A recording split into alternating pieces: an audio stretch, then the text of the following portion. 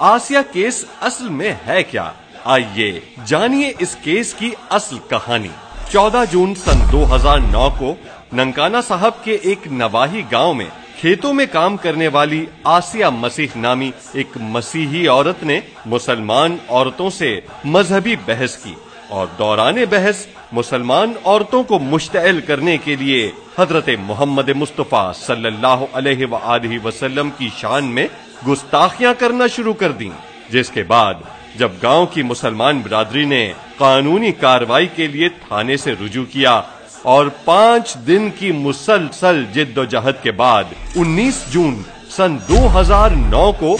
FIR درج کرانے میں کامیاب ہوئے، تو FIR کے بعد اس کیس کی تفتیش پنجاب پولیس میں اچھی شہرت رکھنے والے افسران کے سپرد کی گئی۔ آسیہ ملونہ نے دوران تفتیشی افسر کے روبرو نبی صلی اللہ علیہ وآلہ وسلم کی شان میں گستاخانہ کلمات ادا کرنے کا اعتراف کیا اور اپنے موقف پر قائم رہی، یہاں تک کہ ملونہ آسیہ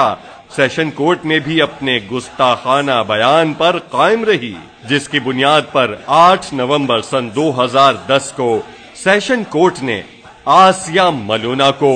گستاخی رسول کی مرتکب قرار دیتے ہوئے اسے پھانسی کی سزا سنا دی۔ جب عدالت نے گستاخ رسول آسیہ مسیح کو ثبوت و شواہد کی روشنی میں سزائے موت سنائی، تو اس وقت کا گورنر پنجاب سلمان تاثیر جیل میں آسیہ ملونہ سے ملاقات کے لیے پہنچ گیا اور آسیہ ملونہ سے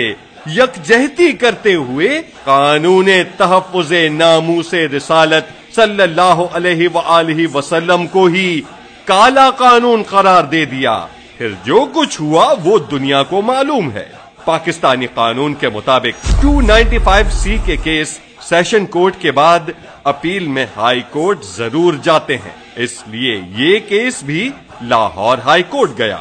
یعنی 295C کے کیس میں سیشن کورٹ کو سزا سنانے کا اختیار تو ہے، لیکن اس پر عمل درآمد نہیں ہوتا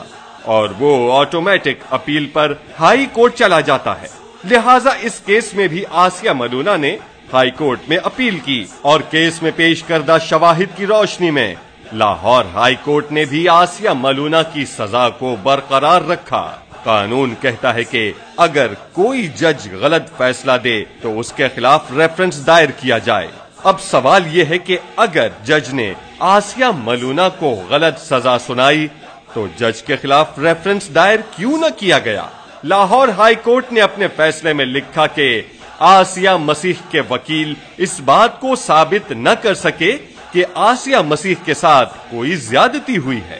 یہ کیس پہلے سن 2017 میں سپریم کورٹ کے پاس گیا اور سپریم کورٹ کے ایک جج نے مغربی ممالک کی لابیوں کے دباؤ کی وجہ سے اس کیس کی سماعت کرنے سے ہی معذرت کر لی، یوں یہ بینچ ہی ٹوٹ گیا۔ اب یہ کیس دوبارہ سپریم کورٹ میں سماعت کے لیے مقرر کیا گیا ہے۔ مسئلہ یہ ہے کہ عیسائیوں کا پوپ اور بعض مغربی ممالک آسیہ ملونہ کی رہائی کے لیے پاکستانی عدالت اور حکومت پر دباؤ ڈال رہے ہیں۔ امریکہ اور یورپی ممالک آزادی اظہار رائے کی آڑ لے کر ہمارے آقا و مولا صلی اللہ علیہ وآلہ وسلم کی شان میں گستاخی کی حوصلہ افزائی کرتے ہیں۔ ہائی کورٹ میں آسیہ ملونہ کو گستاخی رسول کے جرم میں سزا سنائی جا چکی ہے۔ اب اگر آج اسے چھوڑ دیا گیا تو ملک میں انارکی و افراتفری پھیل جائے گی اور عدلیہ سے عوام کا اعتماد ختم ہو جائے گا، جس کے بعد کہیں ایسا نہ ہو